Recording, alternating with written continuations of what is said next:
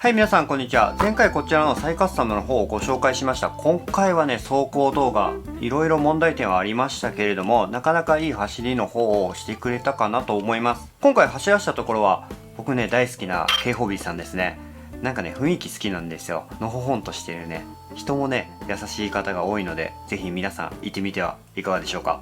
ということでね、まず全体の走行動画見ていただけたらなと思います。それでは、どうぞ。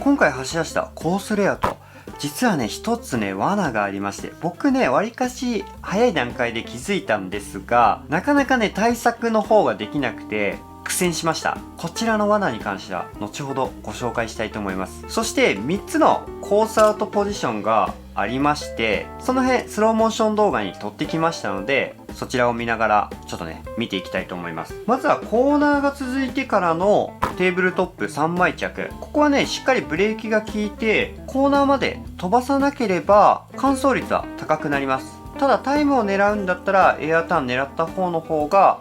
速いタイムっていうのが出るかなと思います。今回この BMAX レースマシン、ローラー幅をかなり狭めにしているので、マシンのねジャンプ姿勢がねこう斜めになってしまうっていうことがあったんですが、この辺はねローラーセッティングもう少し煮詰めなきゃなっていうところなんですけれども、ローラー幅が狭いことによってコースのフェンスには引っかかりにくい状態にはなっているのかなと思います。そしてレーンチェンジ、ここがね本当に難しかったですね。レーンチェンジだけだったらまだね対策のしがいっていうのがあるんですが、レーンチェンジ後のスロープの下りですよね。これがね本当に厄介で、レーンチェンジをきれいにクリアしていたとしても、出口側の着地する位置が悪いとコースアウトしてしまうんですよ。ちょうどこのねマシンもシャーシのこの部分色変わってるのがわかると思うんですけど、ここにねスロープの下りが当たってマシンの挙動が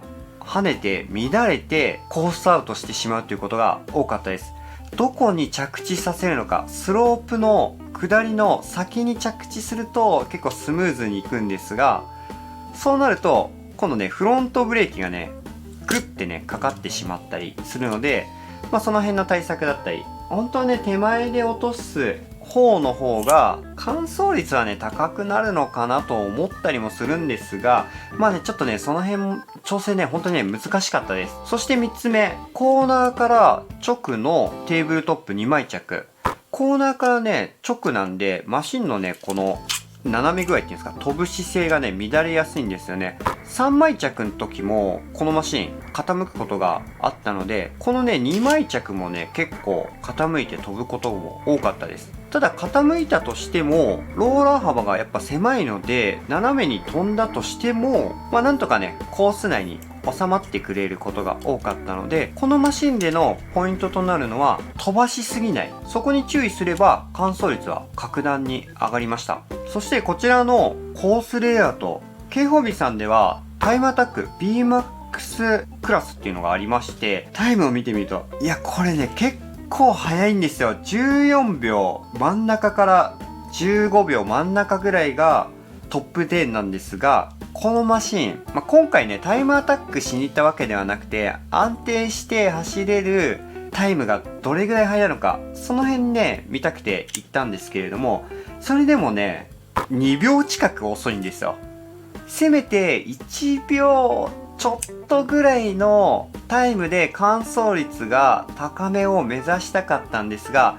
及ばなかったですね。まだまだねマシンのセッティングに詰めていかなきゃいけないところかなとここは思います。ちなみにね1位のねこのザリガニさんは K ホビーの店員さんでいらっしゃいますので、 BMAX マシンだけに限らずミニ四駆のねカスタム早くしたい、どうしたらいい、そんな相談もね乗っていただけると思いますので、遊びに行ってみてはいかがでしょうか。ははい、それでもう一度ね、全体の走行動画見ていただきたいんですが、僕ね、乾燥率重視で走らせていたんですよ。ただ、3周ね、乾燥するのは結構ギリギリだったんですよね。全体の走行動画も4周目で飛んでしまって、だいたいね、3セット分、9周ぐらいコースアウトせずに走らせられたら、まあ OK かなと僕はね、そんな感じでね、いつもセッティングの方を煮詰めているんですが、まあそんなにね、長く走ってくれることはなかったですね。もちろんね、タイムめちゃめちゃね、落とせば全然いけたんですが、まあそれじゃね、ちょっとね、意味がないので、このね、乾燥率が低下してしまう最大の理由っていうのがありまして、実はね、コース自体結構砂ぼこりがね多かったんですよね。換気対策で窓を開けたりして、風が強い日とかは砂がね店内に入ってきてコースに付着してしまうっていうことがあるみたいなんですよね。実際にマシンを走らせているとタイヤがねすごい白くなったりとか、ブレーキもね砂っぽくホコリっぽくなって効かなくなってくるんですよ。タイヤは滑るしブレーキは効かない。走らせれば走らせるほどどんどんねブレーキが効かなくなっていくので、最終的に1走目はしっかり入っていたところが4周目ブレーキが効かなくて入らなくなってしまうということがねありました。というのもね、僕ねオープンからねほんとちょっとしたぐらいに来店しまして、その時ね僕一人だったんですよね、コース使っている人が。ちょうどねこういった経験っていうのも少ないかなと思いまして、どうやったらこういった状況でも乾燥率が高いマシンセッティングができるのかっていうのをね試していたんですけれども、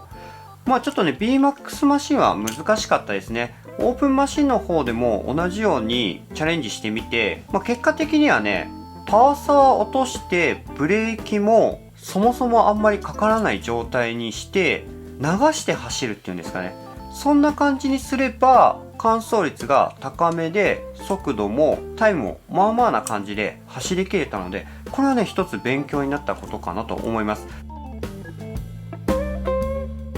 ただねタイムアタックねこの後オープンマシンやりたかったのでちゃんとお伝えしてコースの清掃していただきました。やっぱりねコース綺麗になるとマシンのね挙動も変わって走行もね安定したので、ここまで違うのかっていうね勉強に一つ本当になりました。はい、こんな感じで新しくカスタムし直した BMAX レースマシンの方をテスト走行しました。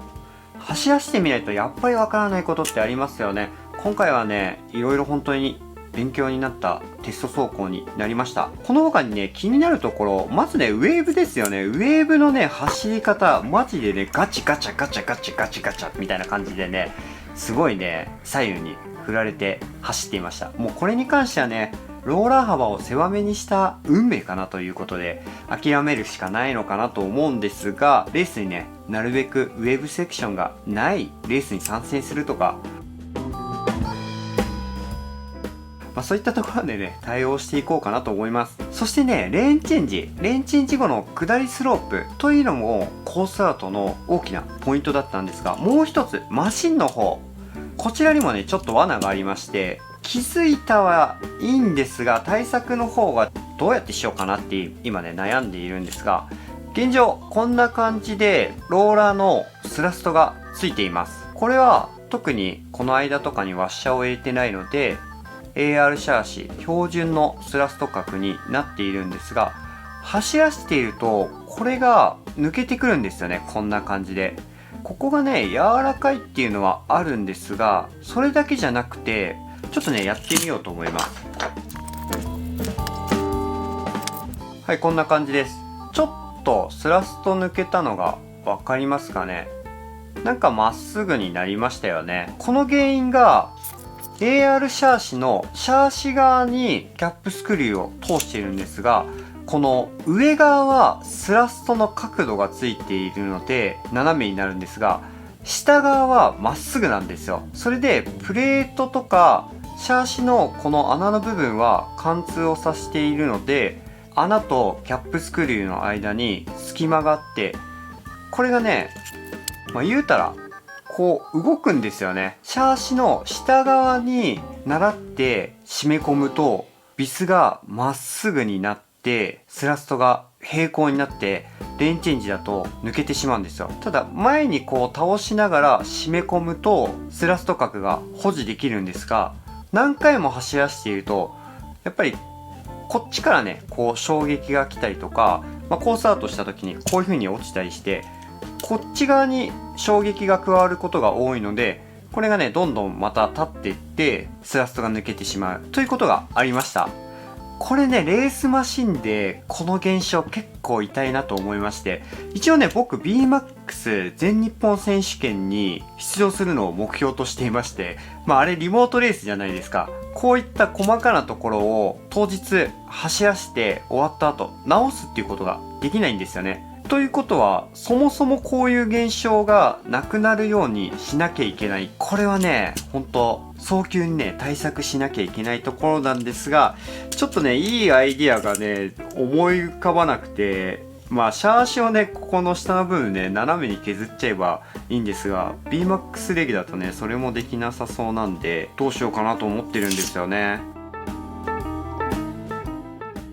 今回はこんな感じで終わりにしたいと思います。まだ問題点っていうのはあるんですが、いい感じに仕上がってきたんじゃないのかなと思うんですよね。カスタムし直したことによってフロントに圧縮の 2mm ブレーキならバンクスルーして貼れる位置になったので、ブレーキもねしっかり効くようになりました。今回コースコンディションがちょっとホコリっぽかったので効かないっていうのがあったんですが、コースを清掃してもらった後はしっかりね効いてくれたので、もう少しねパワースを上げてもいいんじゃないのかなと思ったんですよ。で今回ねスプリントダッシュモーター家にね転がってたやつ搭載して最初走らせていたんですが、急遽ね K-Hobby さんでパワーダッシュ買いましてアケポンの状態で搭載して走らせてました。こいつのねモータースペックがどれぐらいかはもうね謎なんですけれども、パワースを上げてね平面速度を上げたいなと思います。実際にね BMAX レギュのタイムアタック1位のねザリさんのねマシンの走り見たんですが速いんですよ。もう全然ねこのマシン多分ね平面でも置いていかれるし各セクションでもね置いていかれると思うので、もう少しね強化したパーソっていうのをちょっとね入れて、ことはねこのスラスト抜けの対策ですよね。この辺したらもう一回ねテスト走行して BMAX レースに挑んでいきたいかなと思います。それでは最後まで見ていただきありがとうございます。この動画が良ければグッドボタン、そしてチャンネル登録もしていただけたらありがたいなと思います。